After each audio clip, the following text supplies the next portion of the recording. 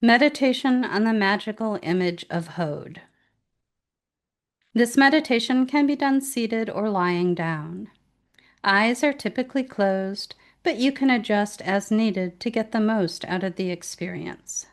You might like to have an eye pillow or sleep mask for darkness, and a blanket or sweater to keep you warm. This meditation uses your imagination to enter a scene and meet the character there. We'll start in the familiar coffee shop. Walk to the art gallery. Find the statue of the magical image of Hod, the hermaphrodite, then transfer to the image's location to experience what it has to offer.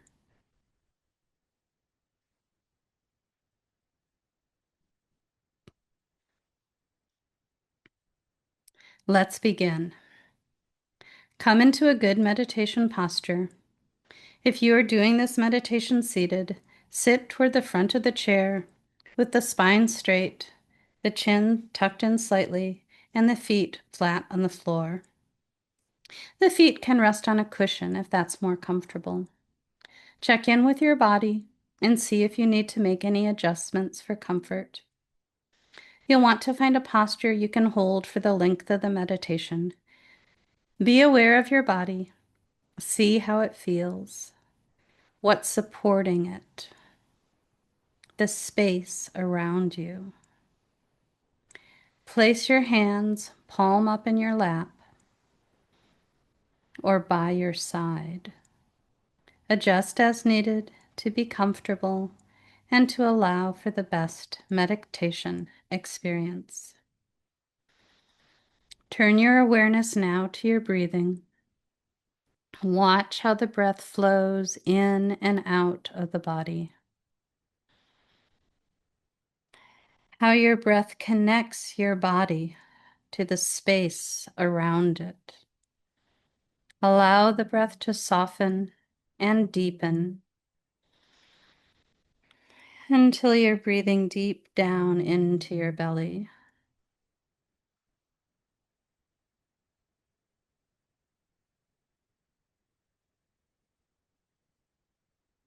In your mind's eye, imagine or remember a favorite coffee or tea shop, someplace that you always feel welcome and comfortable, but can also sit quietly undisturbed. Imagine the scene as fully as you can. This cafe is our rendezvous spot, and we'll start and end the meditation here. You remember the last time you were here and eagerly head down the lane to the art gallery. You enter the gift shop. The person behind the register smiles and nods, but doesn't say anything. Then you head through the wide archway that's across from the entrance and enter the rotunda.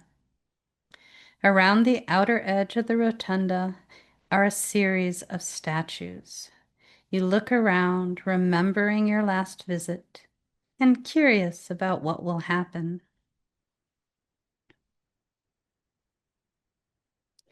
You notice the statues you saw the previous times you were here, the magical images of Malkut, the young woman on the stone throne, and Yesod, the beautiful man, very strong.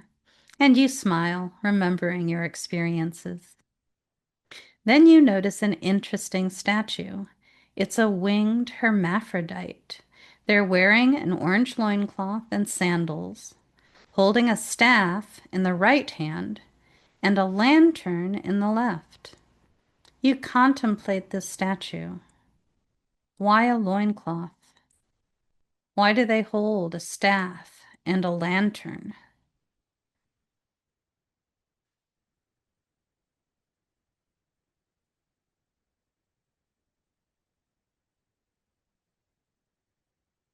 You walk around the statue, noticing the material it's made from, the size, its texture.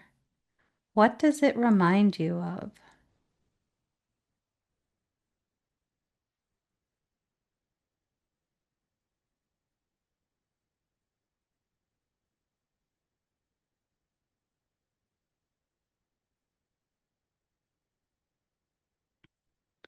The lights flicker, and you find yourself in an entirely different environment. You're standing in the central atrium of an old library. You look around, getting your bearings, and notice the placement of shelves, stairs, front desk, tables, and other special spaces that catch your eye. You look up to the clerestory and see the sun shining in the windows. Are there other people around? What else do you see in this library?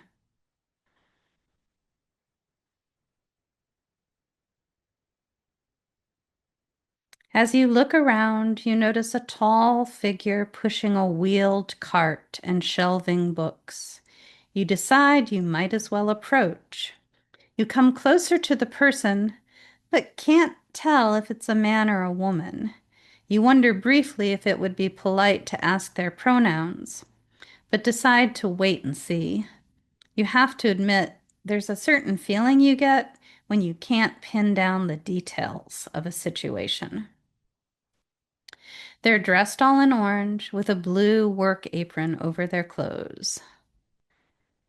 What are you thinking about as you walk toward them?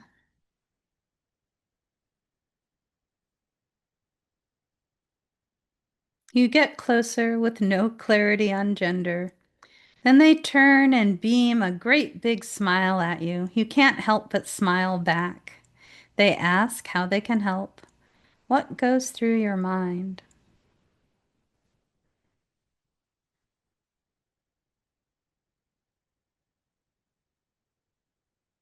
As a variety of options spins through your mind, you settle on a straightforward answer.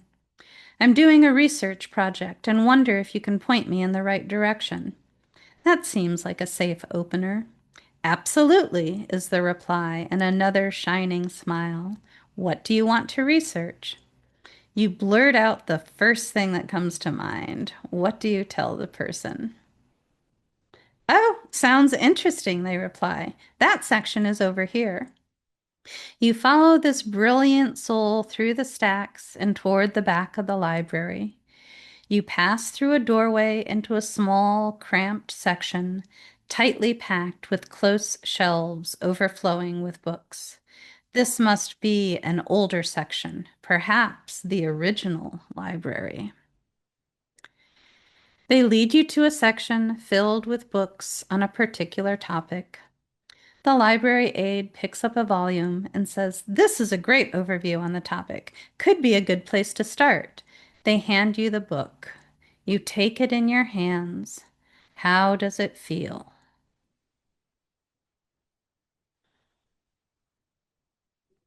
You open the book and look at the title page. The font is a bit odd, so you squint a bit to make it out. What does it say?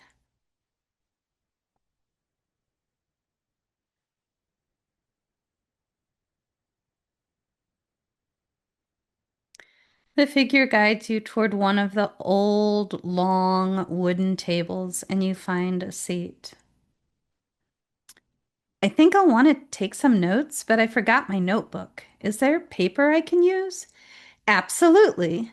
They remove a handful of pencils and note cards from their apron pocket and hand them to you. Wow, thanks. This is perfect. You smile and settle in to read. You furrow your brows when the library worker brings over an old-fashioned lantern to give you extra light. Definitely a much older part of the library. You open the book to the table of contents. You scan down the list. One chapter title catches your eye and feels like the perfect place to get answers to your questions. Where do you start?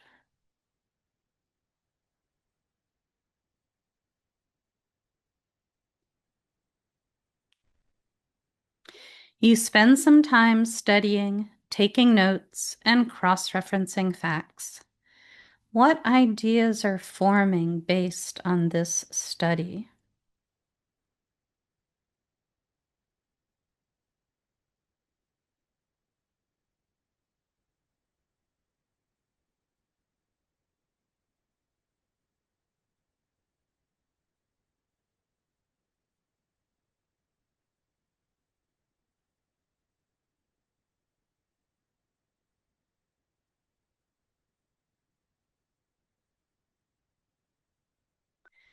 The person in orange returns. They ask you how it's going. You say that you have a few questions for them. They say, sure, shoot. You ask your first question. They respond, well, yes and no. What question did you ask?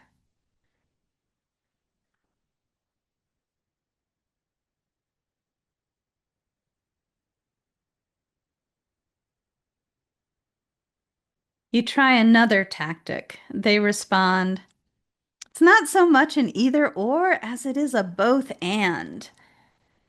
What question did you ask this time?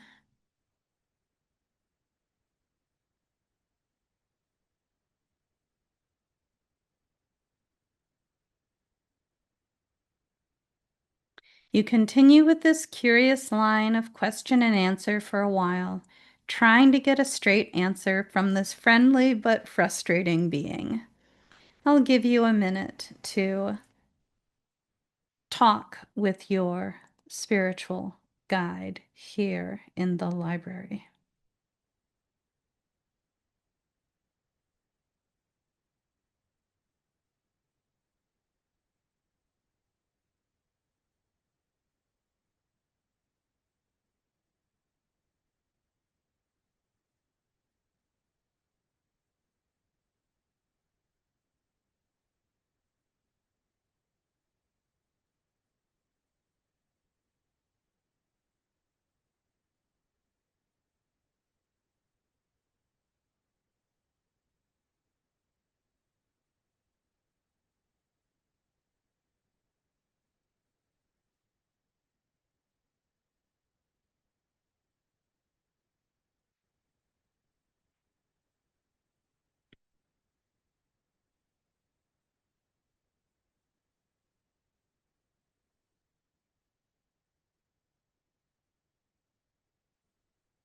After your line of questioning, they say, let me show you something.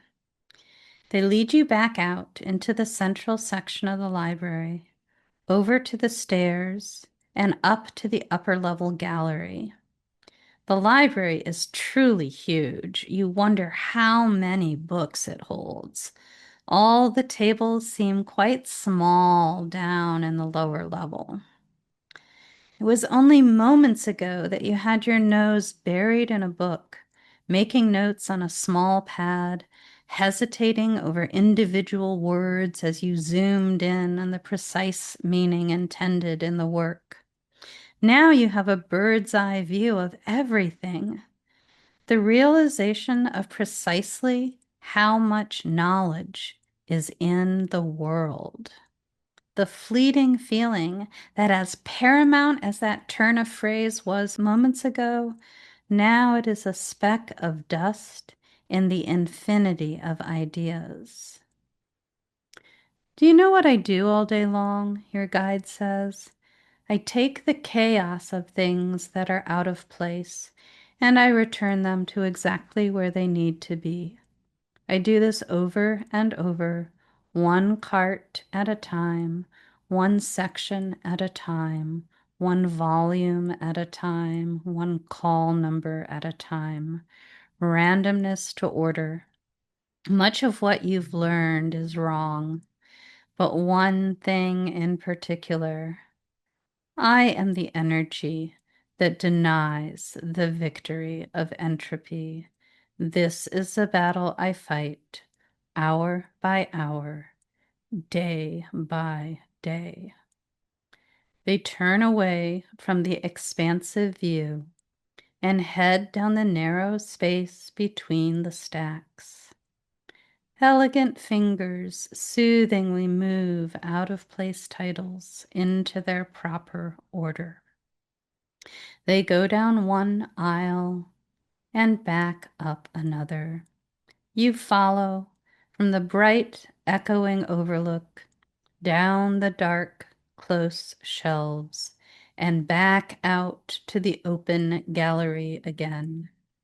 Your body claims the experience of the vast general view to the crushingly specific and back again. You realize that the research you're doing needs this. It needs perspective. Wide open context gives meaning to fidgety details. Your companion turns toward you just as the sun comes out from behind some clouds. They smile. You see something so much greater than the individual in front of you. You see the wide open context of them as well as the perfectly arranged detail. The light refracts and breaks into a rainbow aura, and you see the infinity in the individual.